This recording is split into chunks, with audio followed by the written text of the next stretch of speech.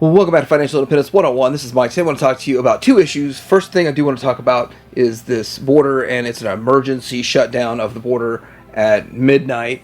And what this is it's a knee-jerk reaction, political move. It's a political stunt. And most people say it's not going to do anything. It's not going to stop it. It's not going to slow it down. But even if it does slow down the traffic that's coming over here, I mean, it's the wrong way to do it. It's unfair to the people that have made this trek, and we're going to see people just piling up at the border if they actually can stop them, which that's one of the problems. They really can't stop it. But anyhow, I'm going to get into talking about that. I'm going to talk about this whole thing, how it's just a political stunt and a political game, and I'm going to show that. I'm going to give you my thoughts. I'm going to talk real briefly on this Hunter Biden thing, because I'm not going to be covering this step by step, and I don't like politics being like this, and I'll discuss that. But I'm going to get into it. I'm going to give you my thoughts on this whole situation. These two situations coming up. All right, so Biden issues new executive action, much of southern border to close at midnight. Now, I want to point out that this is a purely political stunt. Just doing a complete 180 after 3.5 years of wide open border, not going to do anything about the border, We're going to job on it, say we're going to do something, but do nothing about the border. And then we're going to close it at midnight tonight. And that's unfair to the people that migrated over here. It's to set up an expectation. Everybody just come on over here freely without any due process. And then, sorry, not anymore. Shut it down. It's ridiculous. It is so weird that they do stuff like this, and it's inhumane from a party of people that say they're humanitarians. That's inhumane. So you're going to let how many millions of people stack up at the... We'll talk about that here in a little bit. I got some pictures. But how many millions you going to let stack up the border? But I don't even think that he has the ability to stop people from crossing over. He doesn't have the ability. Are you going to put the resources down there? Are you going to call the National Guard? What are you going to do? What are you really going to do? Anyhow, President Joe Biden issued long-expected executive actions Tuesday, clamped down on migrant seeking asylum, and in doing so, set the stage for the U.S. border with Mexico to be shut down between ports of entry at midnight. And then the action and accompanying rule from Biden administration allows the president to suspend asylum claims in between ports of entry, which kind of covers that. But if there's an average of 2,500 crossings a day over a 7-day period, the threshold administration said has already been hit. It's been hit every single week since January of 2021. We all know that. Okay, President was joined on Tuesday by members of Congress of local, state, and cities in an effort to project consensus and political strength on a topic that has long dodged him politically. It's long dodged him politically because he hasn't done anything about it. He hasn't made it a priority. And of course, when I say Biden doesn't really decide. I don't think he decides what he gets to eat for lunch. Does he get a tuna sandwich? No, I want a tuna sandwich. I don't think he even gets to decide that. I think he's told everything he's allowed to do and what he's not allowed to do, and he reads his teleprompter. It's expected to spur blowback from progressives and immigration advocates who plan to speak out against the move Tuesday afternoon. That's coming too. Yeah, he's going to get some blowback on that, which I'm sure he doesn't care.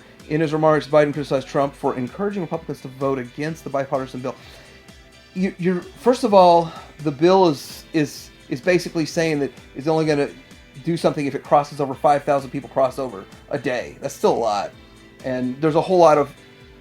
When it was put together by Langford, he was saying that he did the best he could with a lot of compromise. It was a bill of a lot of compromise, meaning not much is really going to happen with that bill anyway, but they also added a ton of pork barrel spending in that nobody wants. Well, I guess anti-American people want it, but he also sought to draw contrast with his predecessors amid criticism from progressives that he is mimicking Trump-era policies, which he is. I mean, it's like, well, how can I beat Trump? Well, I can't beat him. Let's join him. Let's look like we're doing what Trump does. That's what he's doing. I'll never demonize immigrants. I will never refer to immigrants as poisoning the blood of the country, which was a Trump statement. And further, I will never separate children from their families at the border, says Biden. Here's the thing. This is a political statement attacking Donald Trump. The whole thing that's going on here is a political statement attacking Donald Trump. The new rule from the Democrats, Homeland Security and Justice, will restrict asylum during periods of high volume of border crossing, allowing the Biden administration to remove some immigrants immediately from the U.S. in a matter of hours or days. The migrants would face a 5-year ban or re-entry. Here's the thing. They have no idea who's crossing over. So they can give them a lifetime ban. They'll just be right back. That's just a ridiculous statement. When crossing exceeds 2,500 during the course of a week, then basically after that, after 14-day period that it's been below 1,500 for 7, it's going to reopen. So you got the first week of 2,500, over 2,500, and then the second week it's got to be below 1,500, then it reopens. American Civil Liberties Union on Tuesday swiftly announced that it would challenge Biden's administration policies in court, noting that the actions take the same approach as Trump's administration asylum ban. And here it is. So of course, the people that don't like Trump for being hard-nosed on the border, they're also going to go right against good old Biden and his administration. But, this is one of those things, every time you do something, there's another group out there that's going to be against it. But, I mean, at the end of the day, America first, protect our borders, and then people want to come over here and then do it the right way. Now, let's get back to this. I want to talk about this here. How many people are going to come over here that they're not watching the news, they don't know straight up. Well, they all have cell phones, so they should know, right? But how are they going to truly know? Or they started this trek, and some people spent their life savings to pay other people to help transport them parts of the way to get over here. They didn't walk over here entirely, so a lot of them paid for transportation, and they sold off a lot of their assets, and they left their home behind. They are coming over here for an opportunity. And of course, there's a lot of people that are basically coming over here for nefarious activities, some anti-American things. I don't want to call them the wrong thing, but people that come over here, they're going to do harm to America. And there's those people too. So yeah, we want to shut those out. We want people to come over here the right way. But how many millions of people are going to just stack up at the border? How many? Are we going to have 2 million, 5 million, 7? I mean, where's the line going to be drawn? And I mean, I say that's going to be an issue, and it will be to a point. There's going to be enough people out here that truly want to come over here the right way. They truly want to do things the right way, and they're going to follow whatever they're told, which I appreciate those people. And those are the people I want here. I want people to come over here that are going to come into the country the right way, and they're going to come in here and they're going to follow the rule of law. And they're going to be productive members of society, and they're going to be helpful. Yes, I love that. But if they're coming over here illegally, then they're already coming over with their first act being a criminal act, is illegally entering the country. So I don't want to see that. But you're going to see a lot of stuff going on, a lot of people getting around the fence. It's not really a wall, it's a fence, but people getting around it, digging under it. There's a whole lot of things going on. And there's lots of miles of opportunity for people to get through. So to a point, there's going to be a lot of people backed up, and to another point, it's still people just going to be getting through. But these people should have been given a bit of a heads up, like, hey, this is about to happen. The reason we're not, hey, let's give you a heads up till August 1st, and August 1st, the border is shut down, and you can only come over here. You can't come over for asylum seeking, or we'll start this new 1,500 deal. But I mean, I'm A-okay with fixing this border. But the thing about it, when Trump was in charge, okay, when we saw Donald Trump in here, from day one and all through campaigning and day one, he was putting out the word to the whole world: don't come over here illegally. I'm fighting this fight, and that was enough.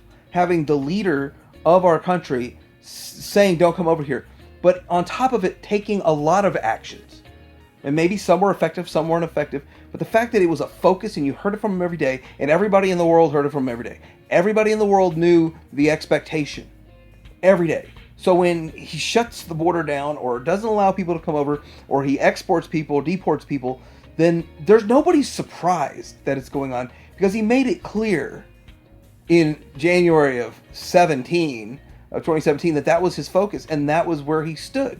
And so there was no surprise. But with Biden, it's a complete 180 flip. All right, so now getting into the Hunter Biden trial, where I guess he lied about having drug use when he bought a gun. This has a lot of implications. First of all, his party is anti-gun. Nobody should have guns. We should gun control, gun control, gun control. And here he is, buying gun. I want to say this is one of the lesser of his crimes that he's committed. I mean, they're not even talking about how he used his father's influence to get millions of dollars sent to him in return for absolutely no goods or services. So he didn't provide a good or a service, but was paid millions of dollars. And yet Democrats say, well, we don't see a crime here. If Trump had done that, there would be 600 counts of fraud and whatever. Anyway, I don't like politics like this. I'm not going to sit here going every day, get that Hunter Biden, find that laptop, let's see that laptop. I don't care. I do understand he broke the law and he just needs to own up to it and take his licks. The Democrats were trying to get him a sweetheart deal to where he was completely going to have immunity if he confessed to one thing. He's going to have immunity for all other charges. And that sweetheart deal, of course, fell through, dropped out. But again, I'm not going to follow all this stuff. I don't want this to be a witch hunt. I didn't like the witch hunt on Donald Trump that they're still going to be trying to do because, of course, that's weaponizing the justice system. And with that, I don't want to see it happen here either. I know that Republicans see that every single thing that they've done to Donald Trump is completely wrong. But that doesn't mean that we don't need two wrongs to make a right here with this situation. Let it play out. Now, I also want to comment on here that they're going after Hunter Biden like this to say, hey, we're fair and we're impartial. And they're doing it to save face, to make it look like we're not just going after Trump, we're going after Hunter too. That's another reason that they're doing this. And I mean, I'm not going to cover any more of this at all. I just want to put my thoughts out there. But I guess we'll see if this actually affects this whole immigration thing, shutting down of the border at midnight, actually makes any difference or whatever.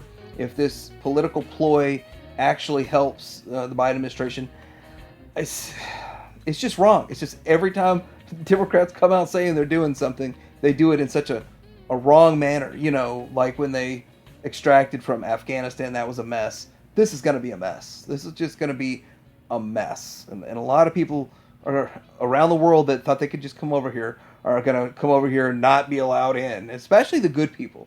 The good people aren't going to be allowed in. The criminals will still make it in here, though. Anyway, let me know what you think in the comments below. Like and subscribe. Financial Independence out.